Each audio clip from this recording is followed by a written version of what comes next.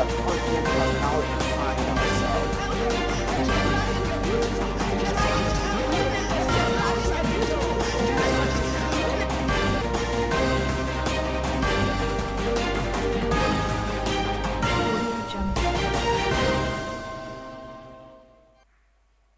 In the news, on the Kagara school abduction, federal government says it won't pay any ransom.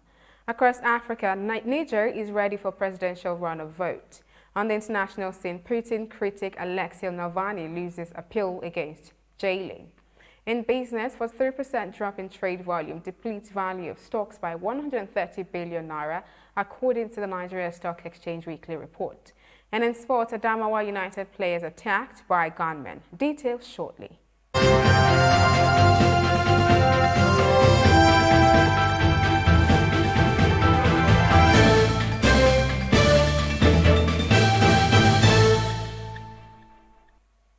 The federal government has declared it won't pay any ransom to secure the release of abducted students and teachers of Government Science College, Kagara in Niger State. Minister of Information and Culture Lai Mohammed stated this on Saturday while featuring on Channel Television Sunrise Daily, monitored by the nation. When asked whether the government had paid ransom or was considering the payment of ransom, the minister said no. He said, "We employ kinetic and non-kinetic measures. You don't throw away invitation to engage, but the overall strategy you keep to your chest." The government has put in place all along various strategies to contain banditry, to fight insurgency, to fight kidnapping. We didn't get here overnight, and that is why it is difficult to get out one day. Following the ongoing military action in some part of Olu Central District of Imo State, the state governor, Senator Hope Uzodinma, has insisted that his administration would not yield to pressure from those calling for withdrawal of soldiers from the crisis-ridden area. The government stated that he invited soldiers in Olu to restore calm in the area after members of the proscribed indigenous people of Biafra, IPOB, killed several policemen and innocent citizens in the area. Uzodinma, who gave the explanation through the State Attorney General and Commissioner for Justice, Barrister Cyprian Akaolisa, at a press briefing in Owerri, said the narrative that innocent people were being killed by the military was intended to shift attention from the despicable activities of IPOB in Olu. According to the governor, the government discovered that there were deliberate attempts by IPOB to attack Olu people, and the government in the guise that they were looking for Fulani headsmen. The governor expressed surprise that people could call for withdrawal of soldiers from Olu. "We can't do that. We can't fold our arms for these boys to continue to kill people every day." Still on insecurity, President Muhammadu Buhari has expressed Nigeria's appreciation to the Republic of Chad for providing security backup to the country in its crusade against insurgency. According to a statement issued by presidential spokesman Femi Adesina, the president spoke Friday at the State House, Abuja, while receiving an audience Ahmad Umar Ahmad, a special envoy of President Idris Deby Itno. President Muhammadu Buhari said the need for security collaboration with our neighbors was why his first trips on assuming office, in 2015 were to Nigeria's immediate neighbors. He wished the Republic of Chad the best of luck in the general elections coming up in April. The special envoy said he bore a solidarity message from President Itno on the security situation in Nigeria, as well as encouragement for Nigerian troops, who he said were working hard to end insurgency in the northern part of the country. This is your digital first Pan-African network, TOS TV network. You're watching TOS News 360. More national stories after the break. Do stay tuned.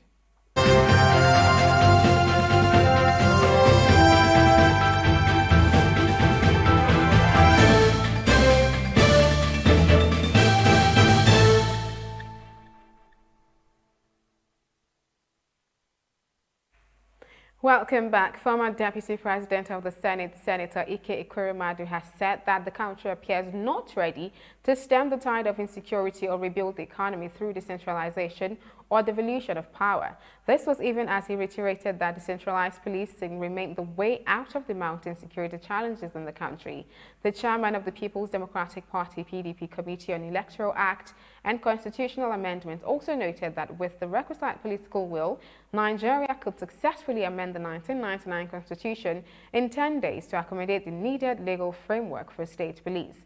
The ex-Deputy Senate President spoke during the inauguration of the PDP Committee on Electoral Act Act and Constitution Amendment on Thursday evening, according to a statement issued by his media aide, Uche Anichukwu, in Abuja. With the right political will, the amendments to the Constitution to achieve a decentralized police and secure lives and property can be achieved in 10 days. The new acting chairman of the Economic and Financial Crimes Commission, Abdul Rashid Bawa, has been promoted to the rank of Chief Detective Superintendent ahead of his Senate screening. The move comes amid a lawsuit challenging Bawa's qualification for the job. Section 2 of the EFCC Act states that a person who will be appointed as chairman of the commission must have at least 15 years experience and must be the rank of an Assistant Commissioner of Police or its equivalent. Bawa, who was appointed by the President Major General Muhammad Buhari, retired on February 16, was on grade level 13 and a Deputy Chief Detective Superintendent. However, it was learned that on Friday, Bawa and his course-mates were given letters of promotion with immediate effect. A top source in the EFCC told The Punch that the new promotion, Bawa is now qualified to take on the new job. The source, who wished to remain anonymous, said Bawa and his mates, who are part of the Pioneer Course 1 of the EFCC cadet officers, were supposed to have been promoted over a year ago, but their promotions were being delayed by the police-led leadership of the commission. This is your digital affairs for an African News Network, TOS TV network. You're watching TOS News 360. Up next, developments across Africa and the international scene after the break.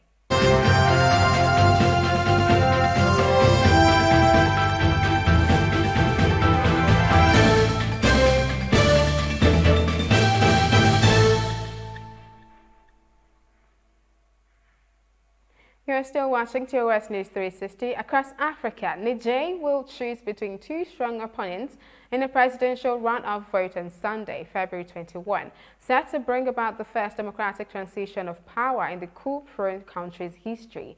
Niger struggles with a poor economy and with jihadist insurgency that have spilled over from Mali and Nigeria. Despite these crushing burdens, the country is on track for a peaceful handover between elected presidents, its first since independence from France in 1960. Outgoing President Mohamedou Issoufu's decision to involuntarily step down after 2 5-year terms were welcome in a region where many leaders have tried to cling on to power. Winning votes alone has not always led to power in Niger. There have been 4 military coups and 6 elections since independence.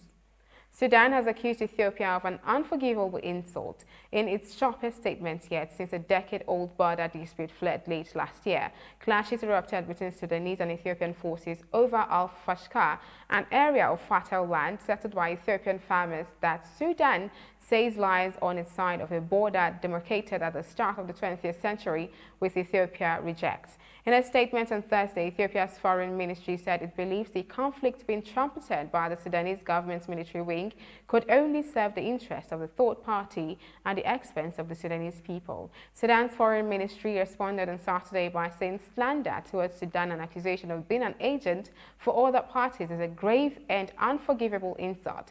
It added, what the Ethiopian foreign ministry cannot deny is the third party whose troops entered with Ethiopian troops trespassing on Sudanese land. Sudan said Ethiopia had affirmed the 1903 border agreement several times, most recently in 2013. Both countries called on each other to pursue legal means to resolve the border issues. An African Union mediator arrived in Khartoum on Thursday to discuss the conflict as well as the continuing negotiations between Sudan, Egypt and Ethiopia over the Grand Ethiopian Renaissance Dam.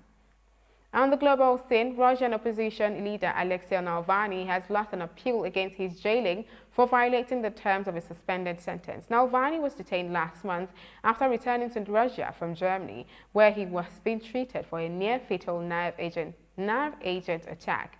Navalny was accused of breaking the terms of a 2014 suspended sentence for embezzlement that required him to report regularly to Russian police. In court, in a speech that referenced both the Bible and the Harry Potter series, he argued that charges were absurd as he was unable to report to the police while recovering from the nerve agent attack. The whole world knew where I was, he said. Once I had recovered, I bought a plane ticket and came home. But the judge rejected his case and he will return to the penal colony where he is serving his time. The judge did, though, cut his 6 weeks off the nearly 3-year sentence imposed. Navalny faces another appearance in court on Saturday on charges of slandering a World War II veteran who praised President Putin. When he was led into the dock, Alexei Navalny made the V for victory sign. The Duke and Duchess of Sussex will not return as working members of the royal family, Buckingham Police has said. The Queen confirmed the couple would not continue with the responsibilities and duties that come with a life of public service. A statement from the palace added Prince Harry and Meghan remain much-loved members of the family. The couple said service is universal and offered to continue supporting the organizations they have represented. The confirmation means Prince Harry and Meghan will return their honorary military appointments and royal patronages, which will be redistributed to working members of the royal family. Under the arrangement agreed last year, the couple gave up using His Royal Highness titles, but Harry retains the title of Prince, having been born one.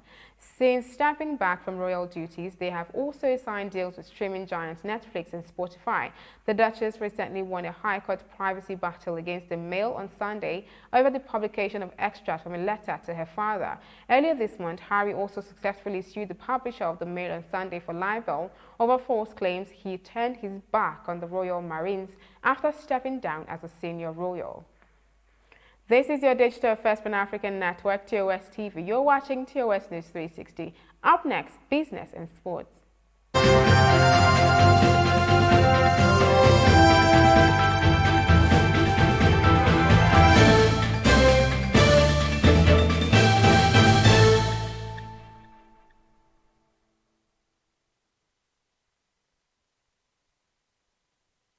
Thank you for staying tuned. Nigerian equities shed 130.017 billion naira this week as the liquidity crisis in the market aggravated, setting in motion a 43% fall in turnover. Funds have been steadily exiting the stock market because high yields on government bonds and recently auctioned treasury bills seems to offer better returns at the moment. Also, the dividend yield of many stocks is above 8%, offering chances for good positioning before companies begin to issue their audited earnings reports. All the major market performance indicators declined, yet a positive breath was posted as 39 gainers emerged against 33 losers. The all-share index and market capitalization respectively fell by 0.3% and 0.61%.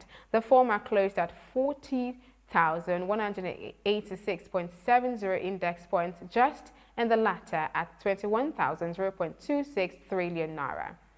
And in sports, players and officials of Adamawa United FC have been attacked and their driver kidnapped. The players were attacked at gunpoint on the Benin-Ore Expressway. The incident occurred about 5:30 a.m. as the players were traveling for their Week 11 NPFL fixture against the MFM FC in Lagos. According to a player on the team, Sadiq Lawan, about 8 of the attackers emerged from the bush and swooped on the team, shouting into the air. They ordered us out, took our money and our phones. It was later we found out that their driver was taken away. We came back to Benin City. The permanent secretary in the Adamawa State Ministry of Youth and Sports, Alhaji Aliyu Jada, confirmed the attack. It was also learned, as at the time of filing this report, his report that the kidnappers had contacted the team manager and given him 24 hours to produce 20 million naira for the driver to be released. And that is TOS News 360 on your digital first Pan-African network. For more updates, visit www.tostvnetwork.com. Do follow and like TOS TV Network on Facebook, Twitter, and Instagram. And remember to subscribe on YouTube. Do share with us and enjoy more programs on TOS TV Network. I am Adesuwa Osui. Bye for now.